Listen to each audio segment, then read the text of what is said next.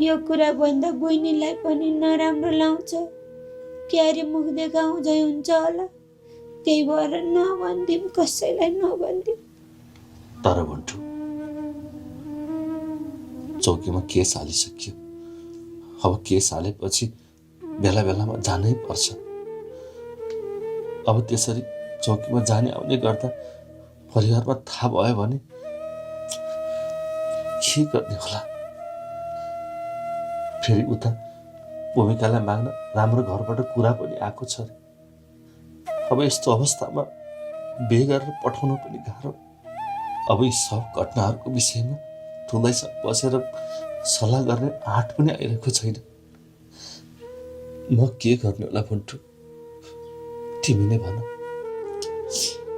म के भनौँ है, मलाई नि त्यस्तो आइडिया नै आउँदैन।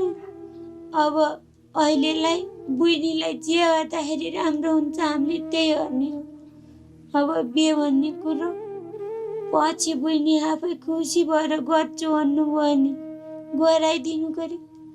अब अहिले जबरजस्ती बिहे गराइदियो भनेदेखि राम्रोसँग घरहरी हान्नु सक्नु भएन भने पनि तपाईँहरूकै बिजेत हुन्छ, बहिनीलाई पनि दुःख हुन्छ।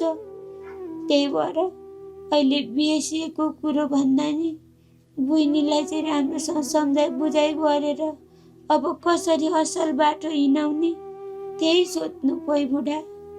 अब के हान्नु, जे नहुनु भइसक्यो, सकिसक्यो। टेन्सन गर्ने काम नगर्नु तपाईँ।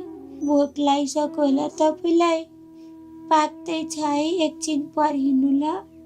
पाक्दैछ अरे? अनि दाइ भाउजूले त खाना खाइसक्यो भन्ने हुन्थ्यो त, हामीलाई राखिदिनु भएको रहेनछ? सेल आउँछ भन्ने सोचेर नराखिदिनु भएको होला। केही छैन, अब एकैछिन पाकिहाल्छ नि। ल ल ठिकै छ।